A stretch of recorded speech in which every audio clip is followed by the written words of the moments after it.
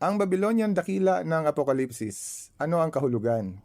Ang Babylonian dakila, bagaman kapangalan ng sinaunang lungsod ng Babylonia, ay isa lamang simbolo at hindi literal. Inilalarawan siya ng Biblia na isang babae, isang dakilang patutot o bayarang babae, na may pangalan na isang hiwaga, Babyloniang dakila.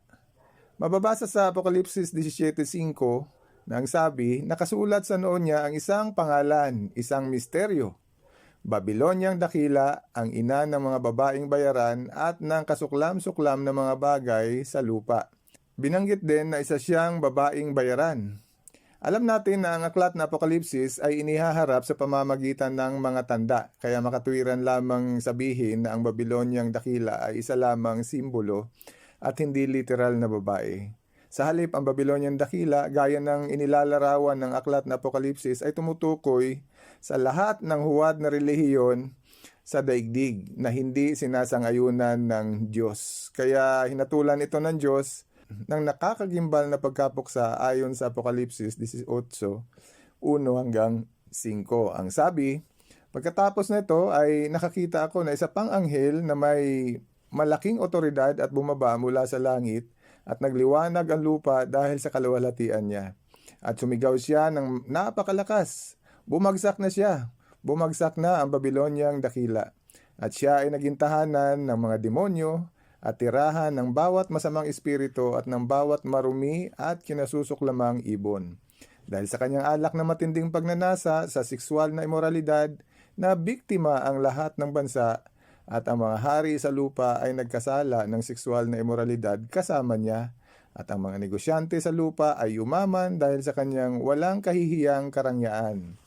At narinig ko ang isa pang tinig mula sa langit na nagsabi, lumabas kayo sa kanya, bayan ko, kung ayaw ninyong masangkot sa mga kasalanan niya, at kung ayaw ninyong madamay sa mga salot niya, dahil ang mga kasalanan niya ay nagkapatong-patong at umabot na sa langit, at inaalala ng Diyos ang mga ginawa niyang kawalang katarungan. Tuloy po natin sa talatang 20, ang sabi, matuwa ka sa nangyari sa kanya, o langit, kayo ring mga banal at mga apostol at mga propeta, dahil ang Diyos ay naghayag na ng hatol sa kanya para sa inyo.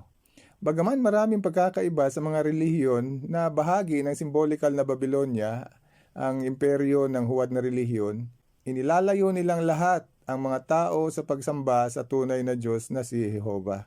Kaya ganun na lamang kalaki ang naging hatol ng Diyos sa kanya. Pansinin na siya daw o ang Babylonia o ang babaeng bayarang patutot ay nakaupo sa maraming tubig na kumakatawan sa mga bayan at mga pulutong at mga bansa at mga wika ayon sa Apokalipsis 17:1 at 15.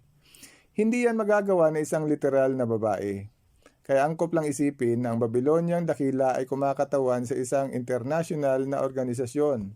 Siya ay tinawag na ang dakilang lungsod na may kaharian sa mga hari sa lupa, ayon sa Apokalipsis 17:18. Kaya saklaw niya at may impluensya siya sa buong daigdig. Ang Babylonian dakila ay isang relihiyosong organisasyon at hindi politikal o komersyal na organisasyon. Bakit natin nasabi? Dahil ang sinaunang Babylonia ay isang napakarelihiyosong lungsod na kilala sa paggamit ng espiritistikong mga engkanto at panggagaway o pangkukulam. Ayon sa Isaias 47:1, 12 at 13. At sa Jeremias 1, 2 at 38. Sa katunayan, isinasagawa roon ang huwad na relihiyosong salansang sa tunay na Diyos na si Jehovah. May paghahambog na itinataas ng mga tagapamahala ng Babylonia ang kanilang sarili ng higit kaysa kay Jehovah at sa kanyang pagsamba. Mababasa sa Isaias 14:14 ang napakataas ng ambisyon ng sinaunang pamamahala ng sinaunang Babylonia. Ang sabi, aakyat ako sa mas mataas pa sa mga ulap. Gagawin kong katulad ng kataas-taasan ng aking sarili. Bukod dyan, ang Babylonian dakila ay kilala rin sa kanyang mga espiritistikong gawain. At pinatutunayan naman ng Apokalipsis 18:23 na siya ay isang relihiyosong organisasyon nga. Gayun din, ang Babyloniang dakila ay hindi maaaring maging politikal na organisasyon. Yamang nakita sa pangitain ni Apostol Juan na ang mga hari sa lupa o ang mga pamahalaan ay nagdadalamhati sa kanyang pagkapuksa. Ayon sa Apokalipsis 17:1, 2 at sa Kabanatang 18, talatang 9. Hindi rin naman siya pwedeng tumukoy sa komersyal na organisasyon. Bakit? Dahil ipinapakita din ng Biblia na naiiba siya sa mga mangangalakal sa lupa. Separate entity po siya. At sinabing nagdadalamhati din sa kanya ang mga mangangalakal sa lupa nang siya ay mapuksa. Katulad din ng pagdadalamhati ng mga hari sa lupa. Kaya hindi pwede maging politikal at komersyal na organisasyon ang Babilonyang dakila. Kaya ang Babylonian dakila ay angkop lamang na lumalarawan sa huwad na relihiyon. Sa halip na turuan kasi ang mga tao kung paano maging malapit sa tunay na Diyos si Jehovah, inakay pa ng mga huwad na relihiyon na ito na sumamba sila sa ibang mga Diyos. Kaya tinawag ito ng Biblia na immoral na pakikipagtalik sa kanilang mga Diyos o espiritual na prostitusyon. Mababasa natin yan, Levitico 20, talatang 6, Exodo 34, 15 at 16. Kaya ang mga paniniwalang gaya ng Trinidad, immortalidad ng kaluluwa, ang mga gawaing gaya na paggamit ng imahin, ay nagsimula sa sinaunang Babylonia at makikita pa rin hanggang sa ngayon sa mga huwad na relihiyon. Inihalo rin ng mga relihiyong ito sa kanilang pagsamba ang pag-ibig sa sanlibutan. Ang ganitong pagtataksil, ayon sa Biblia, ay isang espiritual na prostitusyon o espiritual na pangangalunya. Babasa natin yan sa Santiago 4:4. Ang kayamanan ng huwad na relihiyon at ang pagpaparangya nito ay tamang-tama sa paglalarawan ng Biblia sa Babylonian dakila, na ang sabi, nagagayakan ng purpura at iskarlata, napapalamutian ng ginto at mga mahahalagang bato at mga perlas. Yun daw ang tinataglay ng Babylonian dakila o ng babaeng bayaran ayon sa Apokalipsis 17:4.